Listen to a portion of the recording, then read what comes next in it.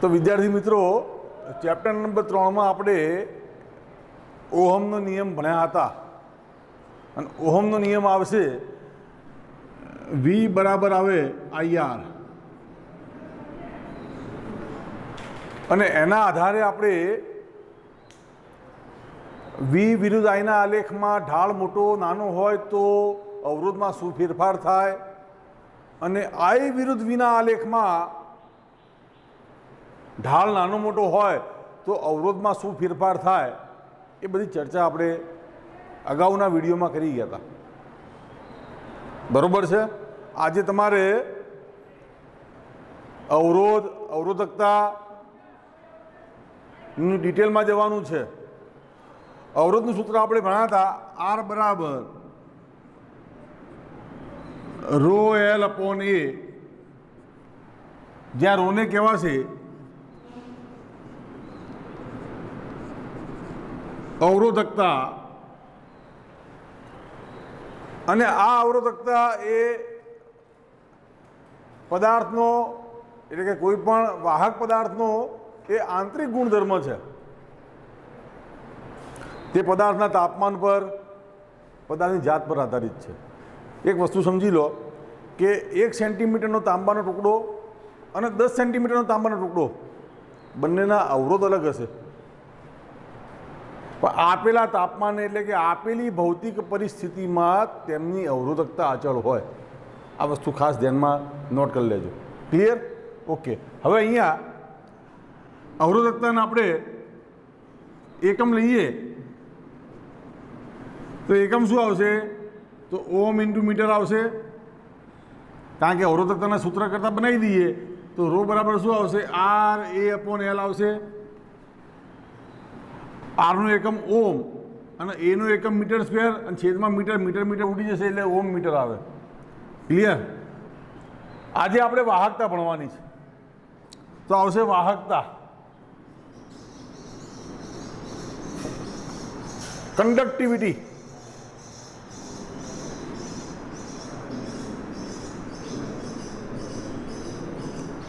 અવરોધકતાને resistivity કહેવાય.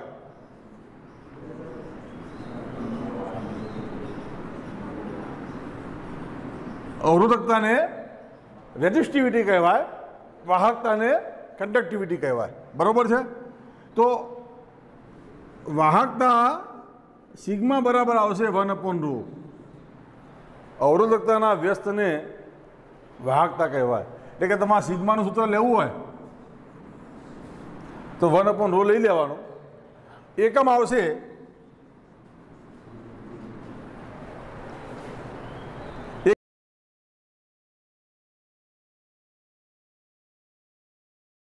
એટલે પ્રતિ ઓમ પ્રતિ મીટર, પ્રતિ ઓમ પ્રતિ મીટર. ઓકે. તો આ થઈ ગયું વાહકતા. તમારે નેક્સ્ટ મુદ્દો છે વિદ્યુત પ્રવાહ ઘનતા. વિદ્યુત પ્રવાહ ઘનતા અને એને જે વડે દર્શાવાય. વિદ્યુત પ્રવાહ ઘનતાને જે વડે દર્શાવાય એને વ્યાખ્યાયિત કેવી રીતે કરાય? તો વાહકમાં પ્રવાહની દિશાને લંબ એવા આડછેદમાંથી પસાર થતા, પ્રવાહની દિશાને લંબ એવા આડછેદમાંથી, અહીંયા એકમ આડછેદ લખવો જ લખી શકાય. બરોબર છે. લંબ એવા એકમ આડછેદમાંથી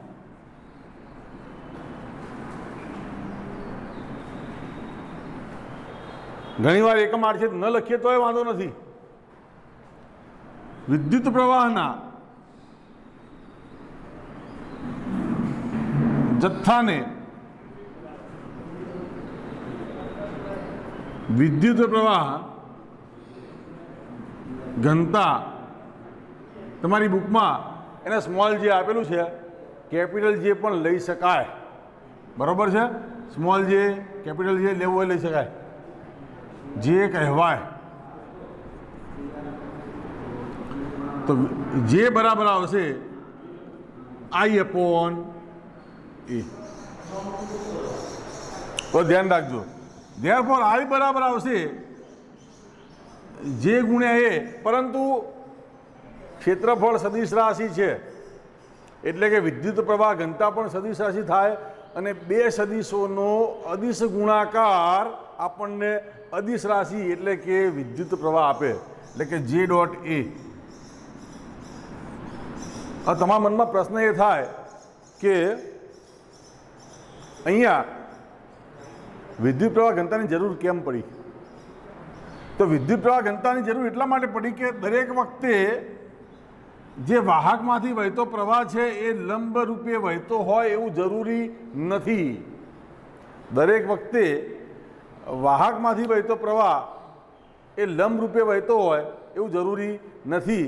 એટલે નોર્મલ કન્ડિશનમાં આપણે આ આડછેદ છે એ આડછેદમાંથી લંબ રૂપે પસાર થતા વિદ્યુત ભારના જથ્થાને આપણે વિદ્યુત પ્રવાહ તરીકે વ્યાખ્યાયિત કરીએ છીએ.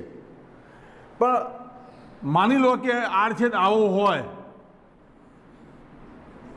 આ રીતે, એટલે કે આ પ્રવાહની દિશા I અને આ આડછેદના ક્ષેત્રફળ સદિશની દિશા A, તો બંને વચ્ચેનો ખૂણો થીટા હોય. આ કિસ્સામાં એવો પ્રશ્ન નથી. આ કિસ્સામાં I અને એ વચ્ચેનો ખૂણો સરખો છે, એટલે કે પ્રવાહ એ ક્ષેત્રફળની દિશામાં જ વહે છે, પરંતુ આ કિસ્સામાં એવું નથી. બરોબર છે?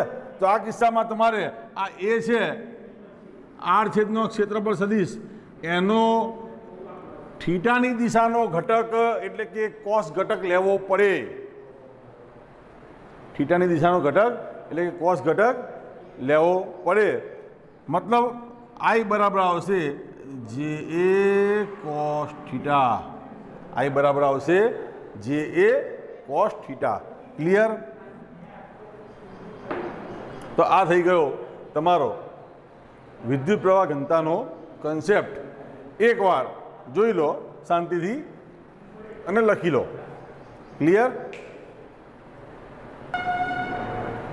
તો હવે વિદ્યુત પ્રવાહ ઘનતા અને વિદ્યુત ક્ષેત્ર વચ્ચેનો સંબંધ જોઈએ.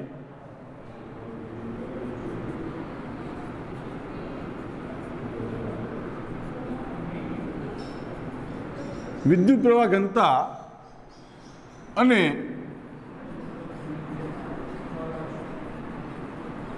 વિદ્યુત ક્ષેત્ર વચ્ચેનો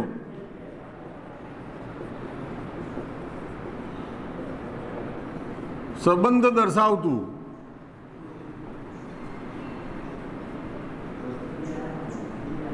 સમીકરણ. તો યાદ રાખજો, આપણી પાસે બે સમીકરણ છે. એક તો જે બરાબર આવશે I upon A, એટલે કે વિદ્યુત પ્રવાહ ઘનતાનું સમીકરણ, અને બીજું છે V બરાબર આવશે IR. V બરાબર આવશે IR. ઓકે, ચલો હવે I બરાબર શું, સોરી R બરાબર શું, તો ρ L upon A થાય. આના સમીકરણ નંબર 1 કહું, આ સમીકરણ નંબર 2, આ સમીકરણ નંબર 3. 3ની કિંમત 2માં મૂકી દો. therefore V બરાબર આવશે I ρ L by A. I ρ L by A. હવે V બરાબર સૂત્ર આપણે ચેપ્ટર નંબર 2માં ભણી ગયા. V બરાબર સૂત્ર આવશે ED. V બરાબર સૂત્ર આવશે ED. D એટલે લંબાઈ, પરંતુ આ કિસ્સામાં અહીંયા સૂત્રમાં લંબાઈ તરીકે શું લીધેલું છે? લંબાઈ તરીકે L લીધેલું છે, એટલે અહીંયા આવશે V બરાબર આવશે EL.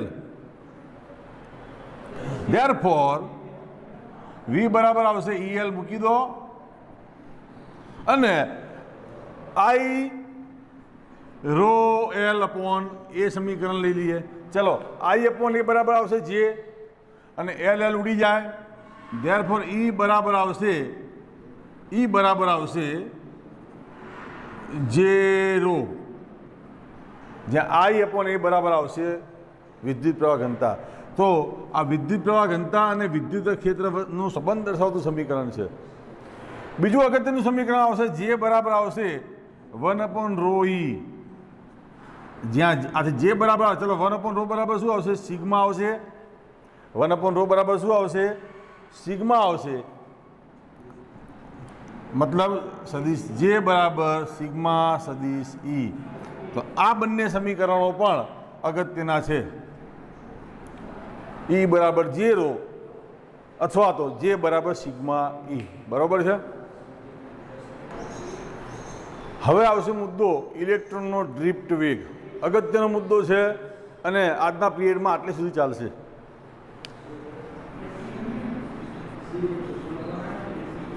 ઇલેક્ટ્રોનનો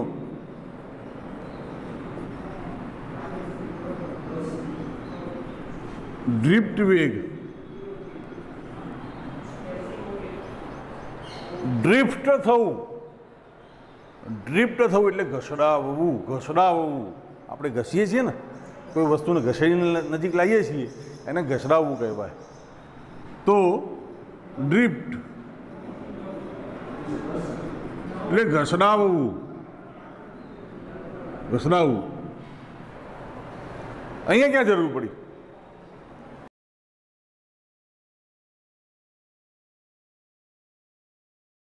આપણા ઘરે પણ નોર્મલ યુઝ કરીએ છીએ ને ઇલેક્ટ્રિસિટીનો, વિદ્યુત પ્રવાહનો નોર્મલ યુઝ કરીએ છીએ. બરાબર છે. સ્વિચ પાડીએ તરત પંખો ચાલુ થાય, સ્વિચ પાડીએ તરત લાઇટ ચાલુ થાય. આપણે જે વીજળી વાપરીએ છીએ એ વીજળીનું ઉત્પાદન થાય છે ગાંધીનગર, અને ગાંધીનગરથી ઠેક આટલે સુધી વીજળી આવે છે. બરાબર છે. તરત જ. તો એવું તો કેવું હશે કે ભાઈ ઇલેક્ટ્રોન ત્યાંથી અહીંયા સુધી ગતિ કરે એવું હોય? શક્ય નથી. બરાબર ને. ઇલેક્ટ્રોનની ગતિ થાય ડ્રિફ્ટ ગતિ. બરાબર છે. સમજી લો કે તમે અહીંયા તમારા રૂમમાં સ્વિચ પાડી, એ સ્વિચ પાડી એટલે ઇલેક્ટ્રોન અહીંથી સામેના છેડે પંખા સુધી પહોંચ્યો એવું ન હોય. મારી વાત સમજાય છે? વિદ્યુત પ્રવાહનો મતલબ એવો થયો કે ઇલેક્ટ્રોન એક જગ્યાએથી બીજી જગ્યાએ ગતિ કરે છે, પણ એક ને ઇલેક્ટ્રોન નથી, લાખો ઇલેક્ટ્રોન શું કરે છે? આડછેદને લંબરૂપે ગતિ કરવાનો પ્રયત્ન કરે છે. એ બધા ઇલેક્ટ્રોન આપણે ધક્કા મુક્કી કરતાં કરતાં આગળ વધે છે. બરાબર છે ને. એટલે અંતિમ ઇલેક્ટ્રોન જે છે એને જે ધક્કો વાગે એ વિદ્યુત પ્રવાહના સ્વરૂપમાં આપણે યુઝ કરીએ છીએ. ખ્યાલ આવ્યો? એવું નથી કે આપણે સ્વિચ પાડીએ એટલે જે ઇલેક્ટ્રોન અહીંયા છે એનું એ ગતિ કરીને ત્યાં જાય પછી આપણે લાઇટ કે પંખો ચાલુ કરીએ, એવું ન હોય. તો આ માટે ઇલેક્ટ્રોનની ડ્રિફ્ટ ગતિ ભણવી જરૂરી છે. બરાબર છે. તો ડ્રિફ્ટ એટલે ઘસડાવવું. નોર્મલ તમને ઉદાહરણ આપી દઉં કે આ મોટો વાહક તાર છે, આટલો મોટો વાહક તાર ન હોય પણ આપણે સમજવા માટે લઈ લઈએ. વાહક તારનો મોટો આડછેદ લઈ લઈએ. હવે વાહક તારમાં તો આપણે જાણીએ છીએ કે ભાઈ ધન વિદ્યુત ભારના કેન્દ્રો એટલે કે શું હોય? ધન વિદ્યુત ભારના કેન્દ્રો એટલે કે એના ન્યુક્લિયસ હોય. ચલો ન્યુક્લિયસ બતાવી દઉં.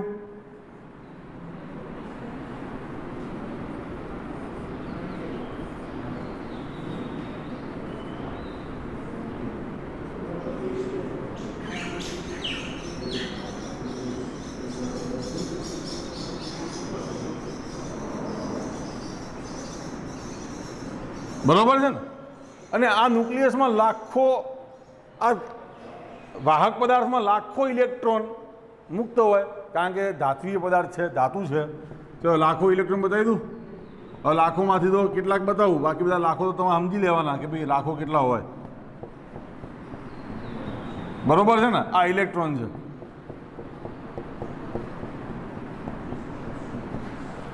અને આ બધા ઇલેક્ટ્રોન હાલ તમારા હાથમાં, તમારા ઘરે સાયકલની ચાવી છે, ધાતુની છે, તમે આડો છો કરંટ લાગે છે? નથી લાગતો ને. ધાતુની ચાવીને આડો તો કરંટ નથી લાગતો, એને તમે બેટરી જોડે જોડો તો કરંટ લાગે.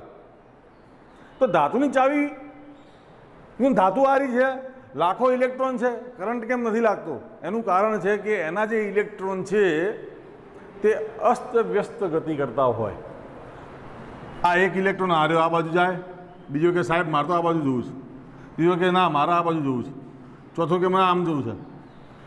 ધાતુના ઇલેક્ટ્રોન જે મુક્ત સ્વરૂપમાં હોય એ અસ્તવ્યસ્ત ગતિ કરતા હોય અને અસ્તવ્યસ્ત ગતિ કરતા હોવાના કારણે આર છેદમાંથી પસાર થતો ચોખ્ખો વિદ્યુતભારનો જથ્થો શૂન્ય હોય.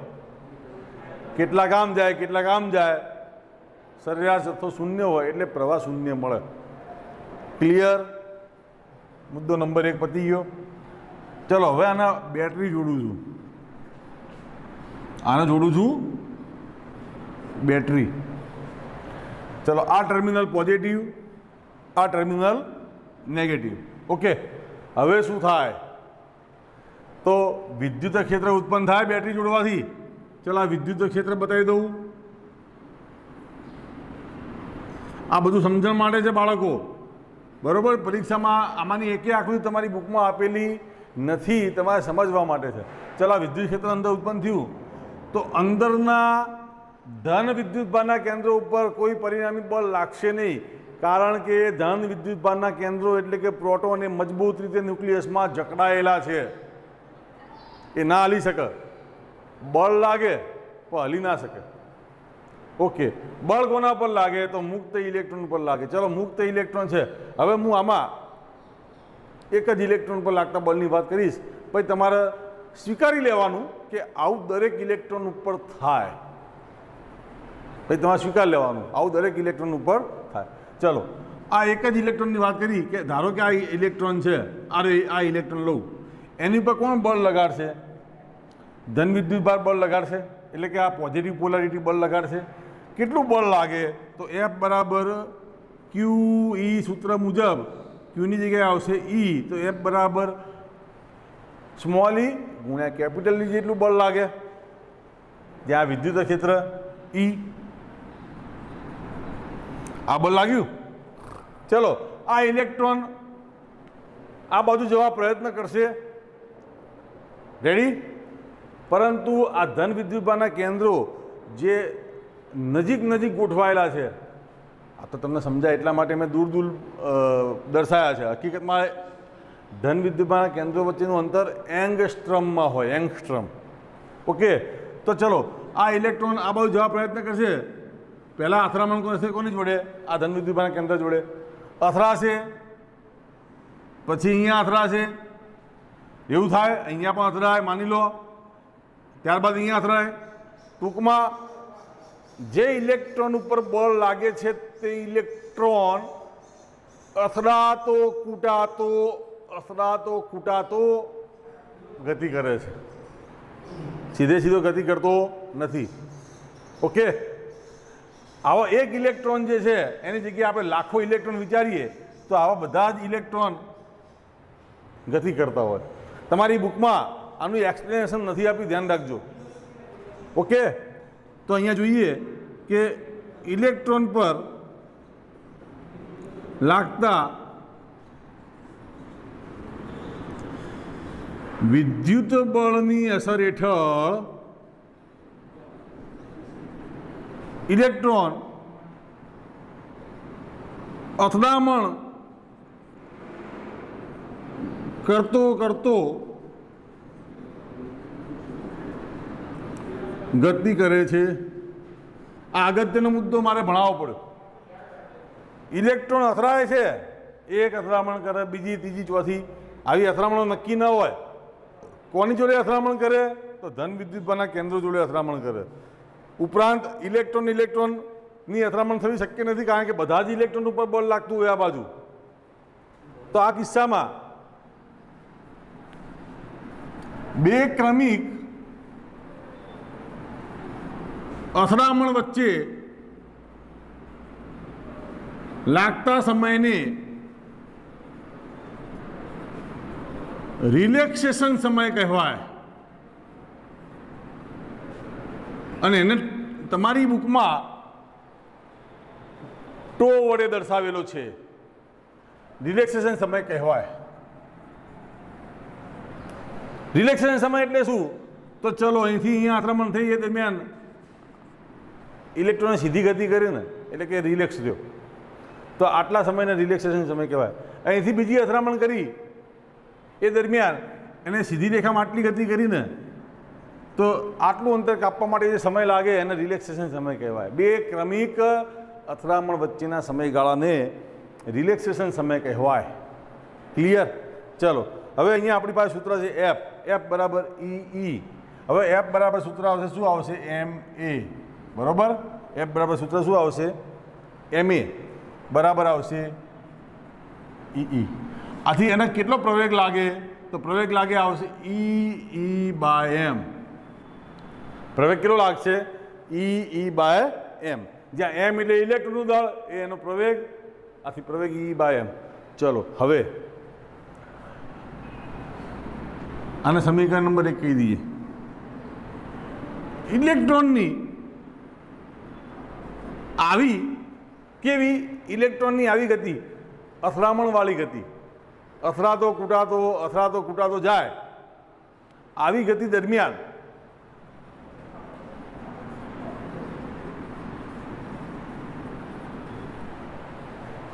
મેં વાત કરીએ કે ઇલેક્ટ્રોનની આવી લાખો ઇલેક્ટ્રોન હોય. આ લાખો ઇલેક્ટ્રોન આવી અથડામણવાળી ગતિ કરશે તો એ દરમિયાન એ ચોખ્ખું અંતર કાપશે ને આડછેદમાંથી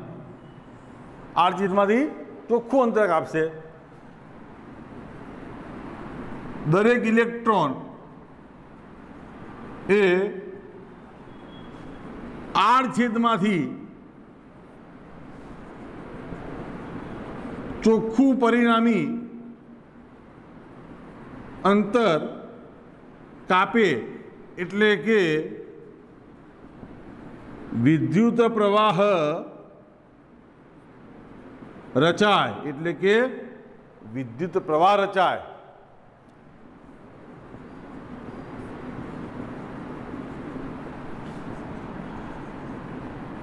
આ ચોખ્ખું પરિણામી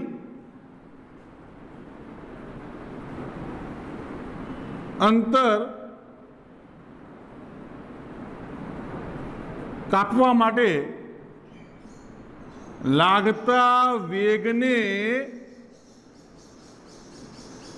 ડ્રિફ્ટ વેગ એટલે કે વીડી કહેવાય. ડ્રિફ્ટ વેગ એટલે કે વીડી કહેવાય. ક્લિયર? ફરીથી સમજી લો કે ઇલેક્ટ્રોન અહીંથી અહીંયા ગયો, આવો એક નહીં, લાખો ઇલેક્ટ્રોન આ આડછેદમાંથી આડછેદમાં આવ્યો, એ દરમિયાન એને શું કર્યું? ઘસડાયો રીતસરનો. કોની અસર હેઠળ ઘસડાયો? તો બહારના વિદ્યુત ક્ષેત્રની અસર હેઠળ ઘસડાયો. બહારનું વિદ્યુત ક્ષેત્ર ક્યારે ઉત્પન્ન થયું? કે જ્યારે બેટરી જોડવામાં આવી. હવે તમે સ્વિચ પાડો ને ફટલીને પ્રવાહ મળે, એ દરમિયાન આટલી પ્રોસેસ થાય. તમે સ્વિચ પાડો અને પ્રવાહ તમને મળે છે ને, એ દરમિયાન આ બધી પ્રોસેસ થાય છે. ક્લિયર? હવે ડ્રિફ્ટ વેગની વાત કરીએ તો વેગ બરાબર શું? તો પ્રવેગ ઉપરથી લઈએ. પ્રવેગ બરાબર શું આવશે? વેગ ભાગ્યા સમય આવશે ને. ડ્રિફ્ટ વેગ ભાગ્યા સમય કેટલો? રિલેક્સેશન સમય જેટલો. તો પ્રવેગનું સૂત્ર મૂકી દીધું. ધેરફોર વીડી બરાબર આવશે એ ટો. આથી ડ્રિફ્ટ વેગ વીડી બરાબર, ચલો એની કિંમત મૂકી દો તો ઈ કેપિટલ ઈ બાય એમ અને ટો. ક્લિયર? ઓકે. સદિશ સ્વરૂપે લેવું હોય તો ધન વિદ્યુતભાર ધન લેવો પડે, ઋણ વિદ્યુતભાર ઋણ લેવો પડે. એટલે કે તમારી બુકમાં આ સૂત્ર આપેલું છે, સૂત્ર અલગ રીતે મેળવેલું છે, મેં અલગ રીતે મેળવ્યું. તમારી બુકમાં જોજો, રીત અલગ છે.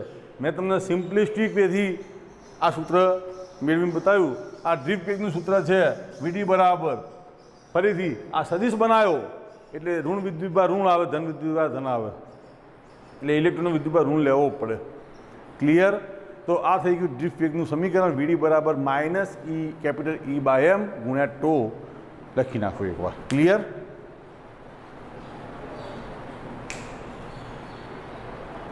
હવે નવો મુદ્દો, ઇલેક્ટ્રોનના ડ્રિફ્ટ વેગ અને વિદ્યુત પ્રવાહ ઘનતા વચ્ચેનો સંબંધ. દાખલાઓ માટે ખૂબ અગત્યનો મુદ્દો. બરોબર છે? ઓકે. ડ્રિફ્ટ વેગ વીડી અને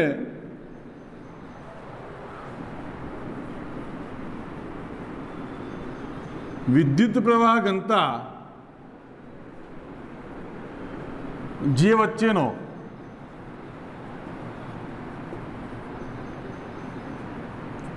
સંબંધ ડ્રીપ વેગ વીડી અને વિદ્યુત પ્રવાહ ઘનતા જે વચ્ચેનો સંબંધ. ઓકે, ચલો એના માટે સૌથી પહેલાં એક અગત્યનું સૂત્ર તમને શીખવાડ દઉં. ચેપ્ટર નંબર 3 માટે ખાસ યાદ રાખજો કાયમ માટે કે સંખ્યા ઘનતા n બરાબર કેપિટલ N અપોન વી, એટલે કે એકમ કદમાંથી પસાર થતા વિદ્યુત ભાર વાહકોની સંખ્યા કેપિટલ N બરાબર આવશે NV. બરોબર છે ને? ઓકે, સંખ્યા ઘનતા તો n બરાબર આવશે NV.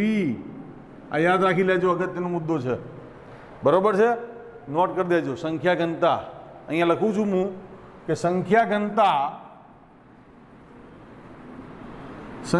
ઘનતા સ્મોલ n બરાબર આવશે કેપિટલ N બાય વી. આથી n બરાબર આવશે NV. n બરાબર આવશે NV.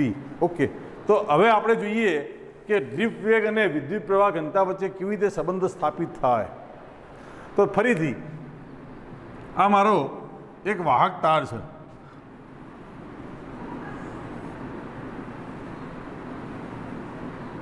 અને આ વાહક તારમાં તારની લંબાઈ છે L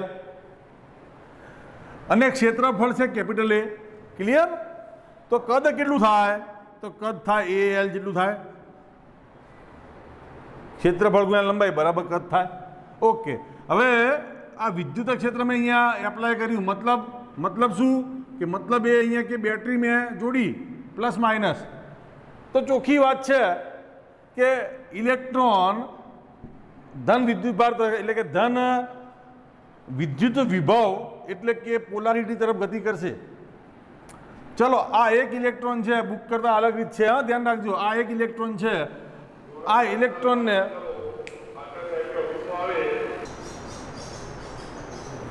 ઇલેક્ટ્રોનને L લંબાઈ જેટલો અંતર કાપતા તમારી બુકમાં L ની જગ્યાએ ડેલ્ટા એક્સ અંતર આપેલું છે. આપણે L લઈએ ચાલે, કશો વાંધો નહીં. બરોબર ને? L જેટલું અંતર કાપતા આ L જેટલું અંતર માટે કેટલો સમય લે? તો ધારો કે સમય લે છે અહીંયા ડેલ્ટા ટી જેટલો સમય લે છે. ડેલ્ટા ટી સમયમાં L જેટલું અંતર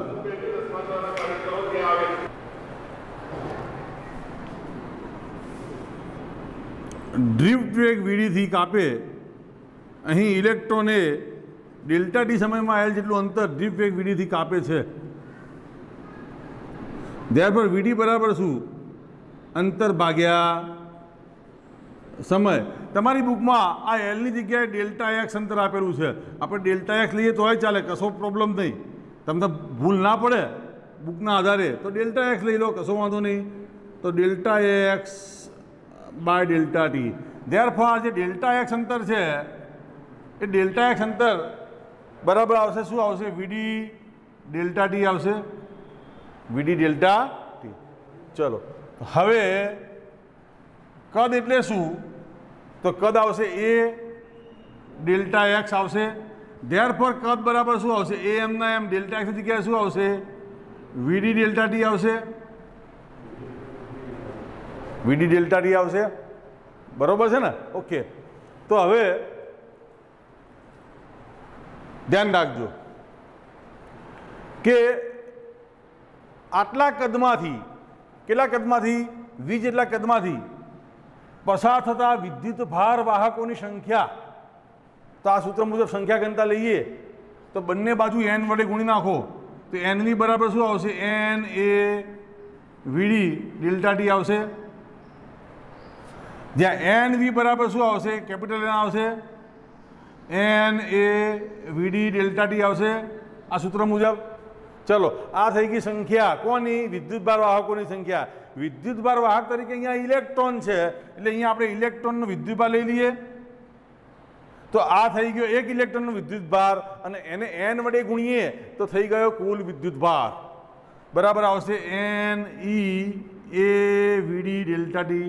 મેં કશું જ કર્યું નથી, E વડે સામસામે ગુણ્યા. બુકમાં આ રીત નથી, ધ્યાન રાખજો. બરાબર છે ને? અને આને હું કહી દઉં ડેલ્ટા ક્યુ, કારણ કે કુલ વિદ્યુતભાર. ડેલ્ટા ક્યુ બરાબર આવશે NE A વીડી અને ડેલ્ટા ટી. હવે ડેલ્ટા ટીનું હું લઈ લઉં છેદમાં, તો delta Q by delta T બરાબર આવશે એન ઈ એ વીડી. હવે ડેલ્ટા ક્યુ બાય ડેલ્ટા ટીના કહીશું આપણે પ્રવાહ આઈ, તો પ્રવાહ આઈ બરાબર આવશે એન ઈ વીડી અને ગુણ્યા એ. હવે આઈ બાય એ લઈ લઉં તો આવશે એન ઈ વીડી અને આઈ બાય એ બરાબર આવશે જે.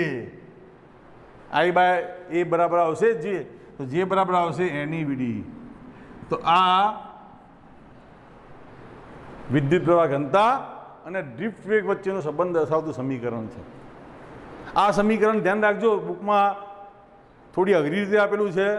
આ સિમ્પલ રીત છે, ચેક ઇટ આઉટ. ક્લિયર? જોઈ લો. અહીંયા લખી દઈએ કે પસાર થતો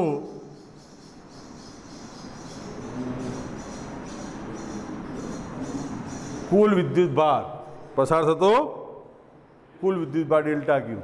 ક્લિયર? ચાલો ઓકે, જોઈ લો. હવે નવો મુદ્દો આવશે મોબિલિટી.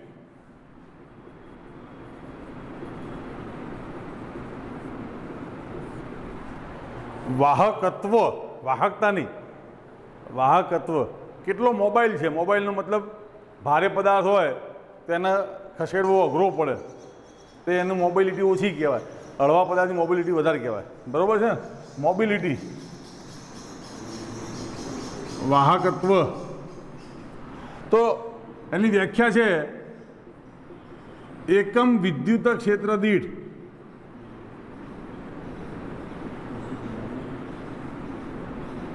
ડ્રિફ્ટ વેગને મોબિલિટી કહેવાય. તો એકમ વિદ્યુત ક્ષેત્ર એટલે વિદ્યુત ક્ષેત્ર આવશે છેદમાં શું છે? ડ્રિફ્ટ વેગ છે એટલે વીડી આવશે અંશમાં, એને આપણે કહીશું મોબિલિટી મ્યુ. તો મ્યુ બરાબર આવશે વીડીઈ. બરાબર ને? આ મોબિલિટીની સંજ્ઞા છે. એકમ શું આવશે? તો એકમ આવશે મીટર પ્રતિ સેકન્ડ અને છેદમાં વોલ્ટ પર મીટર. બરાબર છે ને? મોબિલિટીનું એકમ. તો વેગનું એકમ આવશે મીટર પ્રતિ સેકન્ડ અને અથવા અહીંયા આવશે ન્યૂટન પર કુલમ. આ રીતે પણ લખાય, વોલ્ટ પર મીટર પણ લખાય. ઈ બરાબર. ચલો, તો પ્રતિ વોલ્ટ મીટર સ્ક્વેર પ્રતિ સેકન્ડ આ એનો એકમ આવશે. બીજો એકમ લખી શકાય મીટર પ્રતિ સેકન્ડ અથવા ન્યૂટન પર કુલમ, એટલે કે બીજો એકમ લખી શકાય પ્રતિ ન્યૂટન મીટર કુલમ પ્રતિ સેકન્ડ. તો આના આધારે તમે મોબિલિટીનું પારિમાણિક સૂત્ર મેળવી શકો. મોબિલિટીનું પારિમાણિક સૂત્ર ધ્યાન રાખજો બાળકો, પરીક્ષામાં પૂછાય છે. ચલો, ન્યૂટન એટલે શું આવશે? m1L1T-2 અને એનું શું આવશે? -1 આવશે. મીટર એટલે આવશે L1, કુલમ એટલે આવશે A1T1 અને આ T-1 એટલે અહીંયા શું આવશે? M-1 L-1 T+2 L1 A1 અને આ TT જતા રહેશે. તો અહીંયા શું આવશે? M-1 આ LL જતા રહેશે, L0 T2 A1. આ મોબિલિટીનું પારિમાણિક સૂત્ર પરીક્ષામાં પૂછાય છે. બરાબર ને? ઓકે. તો મોબિલિટી પરથી આપણે અભ્યાસ જે સૂત્ર મેળવ્યું એ સૂત્ર ફરીથી મેળવીએ કે જે ઇક્વલ ટુ એની વીડી. જે ઇક્વલ ટુ ફરીથી શું આવે? આઈ બાય એ આવે. બરાબર? એની વીડી આવશે. બરાબર છે ને? ઓકે. આથી આઈ બરાબર આવશે એન ઈ વીડી એ. હવે વીડી બરાબર શું આવશે? તો મ્યુ ઈ આવશે. આથી આઈ બરાબર આવશે, અથવા અહીંયા આઈ બાય એ લખી દો એમના એમ. આઈ બાય એમને એમ રાખો અને એની એમને એમ રાખો અને વીડીની જગ્યાએ લખી દો મ્યુ ઈ. વીડી બરાબર મ્યુ ઈ, કારણ કે મ્યુ બરાબર વીડી બાય ઈ. આથી અહીંયા આપણને મ્યુ બરાબર આવશે I by A N E capital E. બરાબર છે ને? આ થઈ ગયું મોબિલિટીનું વિદ્યુત પ્રવાહના સ્વરૂપમાં સૂત્ર. અથવા તો મોબિલિટી મ્યુ બરાબર, ચલો આઈ બાય એટલે બરાબર જે લખી શકાય જે અપોન એની ઈ. આઈ બરાબર આવશે જે અપોન એની ઈ. ઓકે, તો આ તમારા અત્યાર સુધીના કન્સેપ્ટ હતા. તો વિદ્યાર્થી મિત્રો, મેં તમને ચેપ્ટર નંબર 3માં અગત્યના બધા મુદ્દા ભણાવી દીધા, શરૂઆતના મુદ્દા. બરાબર છે? આશા છે કે તમને નોટ્સ તમે લખશો આની. આજે જે મુદ્દા ભણાયા એની નોટ્સ તૈયાર કરી દેજો. ક્લિયર? Okay, thank you.